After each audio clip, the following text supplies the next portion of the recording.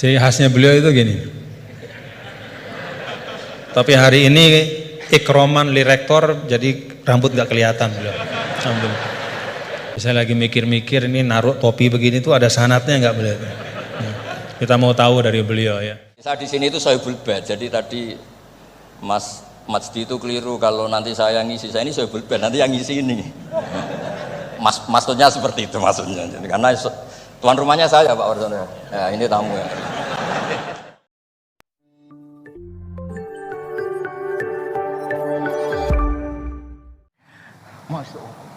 Ahlan masalah. Monggo diteruskan. Saya putus dulu lah ya, biar sesuai urutan ngaji bareng, biar beliau yang mengawali. Ya. Ahlan masalah. Jadi Gus ya, Al-Mukarram Syekhna Kiai Haji Bahauddin Nur Salim. Saya baru muqaddimah menyampaikan bahwa perintah tadabbur Al-Quran itu khitabnya umum kepada semua. Jadi kita semua diminta memang ngaji bareng Al-Quran ya. Kemudian saya sampaikan yang kedua, bahwa kan beliau ini Syekhna selalu mengajak kita untuk berbahagia dalam beragama ya. Saya sampaikan tadi dalam pengantar Gus, bahwa seorang guru saya Syekh Abdul Qobur Mustafa menyampaikan, kalau bisa diringkas tujuan Islam dihadirkan dalam kehidupan adalah is'adul insan fid darain, supaya manusia yang beragama ini itu bahagia di dunia dan di akhirat ya.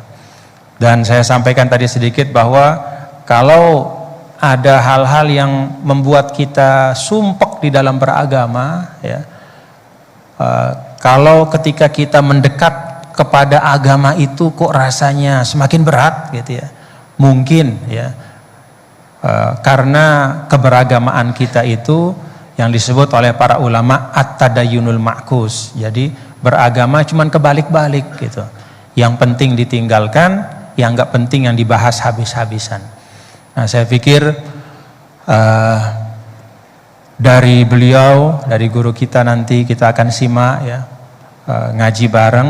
Karena Gus, saya terus terang nggak ngerti ya, ngaji bareng ini awalnya konsepnya kayak apa. Makanya di mobil tadi saya tanya, ini maksudnya masing-masing ngomong aja gitu atau kayak gimana?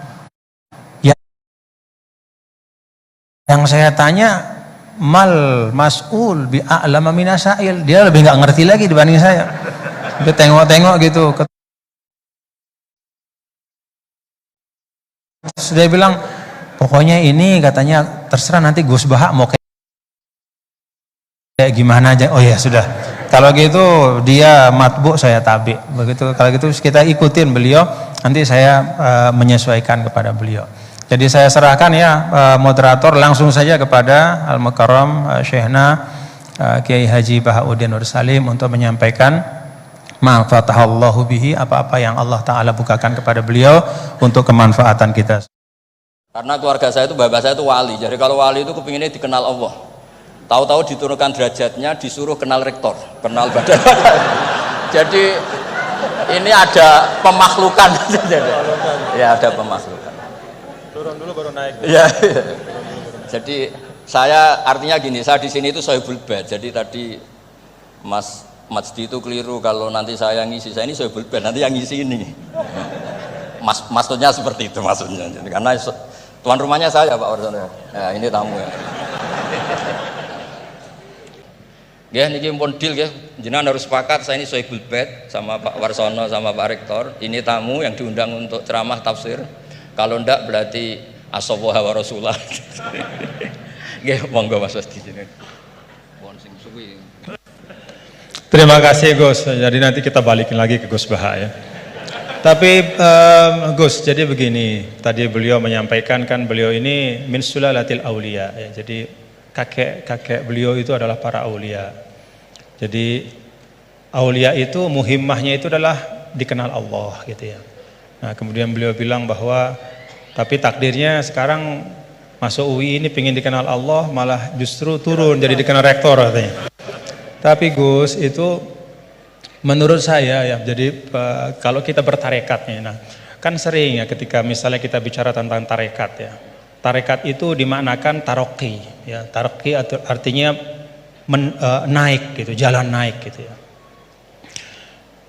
Akhir zaman nih, kita perlu juga bertarekat dalam makna tadani, ya, turun.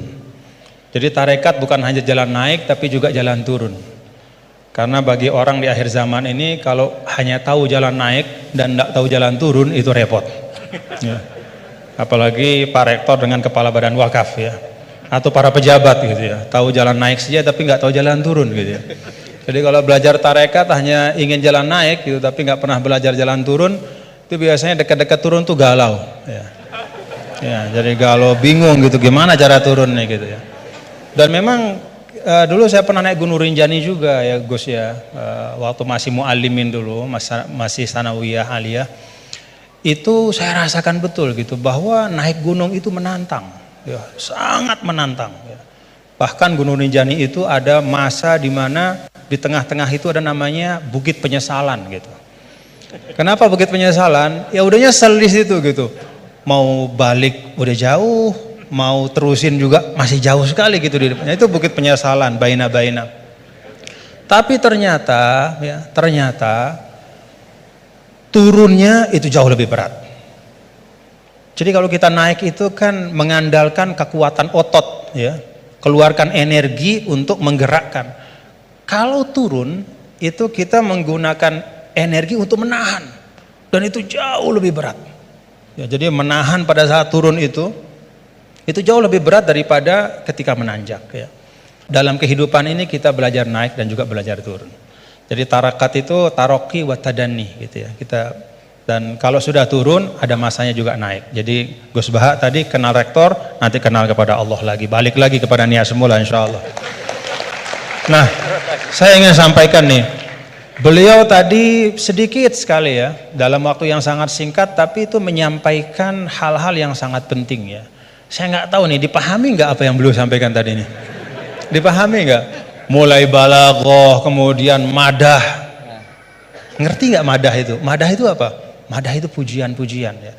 Bagaimana turuku ta'bir ya, asalibut ta'bir ya, bagaimana orang Arab itu mengungkapkan ya perasaan mereka, mengungkapkan harapan mereka ya, bagaimana mereka memilih diksi-diksi dalam komunikasi mereka, itu mewarnai Al-Qur'an. Jadi beliau ini tadi ketawa-ketawa ya, bapak-bapak juga ketawa-ketawa semua ya. Tapi yang disampaikan itu sudah bahan kuliah buat di Rosat Ulia itu, buat pasca sarjana itu. Ya, jadi alhamdulillah. Nah, silahkan nanti dielaborasi masing-masing. Saya balikin lagi kepada Gus Baha sebagai Sohibul Bait.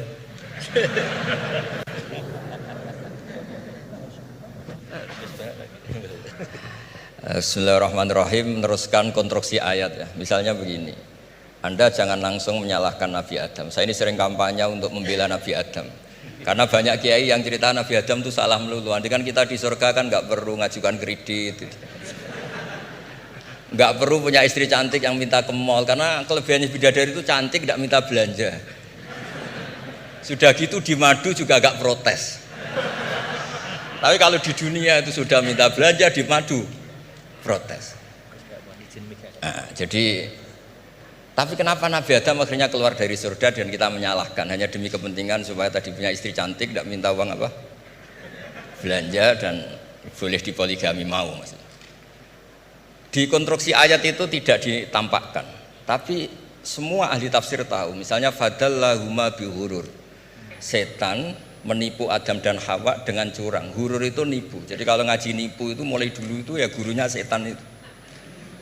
Jadi Nabi Adam itu di surga dengan penuh limpahan anugerah. Buah apa saja ada, makanan apa saja ada, enggak bayar. Tempat mewah leg juga enggak bayar. Kalau Anda di hotel leg sedikit aja bayarnya minta ampun. Akhirnya setan itu pura-pura nangis terseduh-seduh. Akhirnya Nabi Adam menghampiri. Kenapa kamu nangis? Saya ini iba sama kamu, kasihan. Nikmat yang begini nikmat, pada akhirnya Anda ini mati. Karena Anda manusia, pasti mati. Kasihan sudah senikmat ini kemudian Anda mati. Pura-pura nangis, jadi lama ya nangis, acting itu. Akhirnya Nabi Adam tanya, lalu solusinya gimana? Terus setan tinggal numpangi. Hal adulluka ala syajaratil khuldi wa mulkil la yafla. Kamu mau tak kasih vitamin, makan pohon khuldi. Nanti kalau kamu makan itu terus abadi. Jadi Terus setan Nabi Adam mulai ragu ya, tapi Allah melarang saya makan pohon khuldi itu, sajaratul khuldi. Ya Allah itu haru sama Nabi Adam. Makanya Nabi Adam itu diusir. Ini meneruskan ayat yang dibaca Mas Majid tadi. Diusir tapi disangoni. Dam, secara prosedur hukum kamu harus saya usir karena kamu melanggar. Tapi tak sangoni, lucu kan? Tak sangoni. Kamu baca ini ya. jadi unik.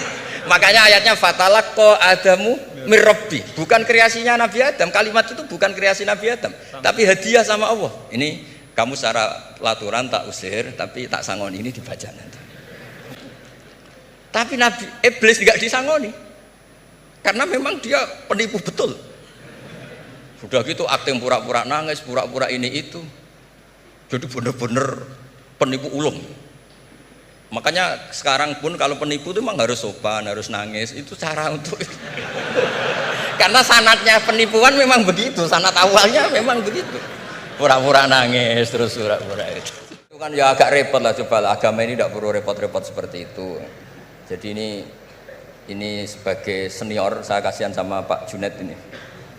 Harusnya beliau nanti yang kena hisab pasti Pak Junet. Jabatannya mau, tanggung jawabnya nggak mau. Ya tapi kebetulan ada orang baik di sini ya, alhamdulillah saja. Kalau ketemu saya tuh cium tangan bolak-balik, tapi niatnya kayaknya mau supaya saya mau backup gitu. Nah ini yang satu pertanyaan Mas Wasdi ini, masih kan 3, saya jawab 2. Terakhir bicara tentang sanad. Nah, saya ada satu hal, kalau saya pertama kali saya ketemu sama Gus Baha, ya, melihat beliau ya.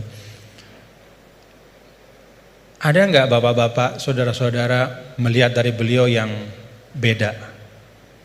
Ciri khasnya?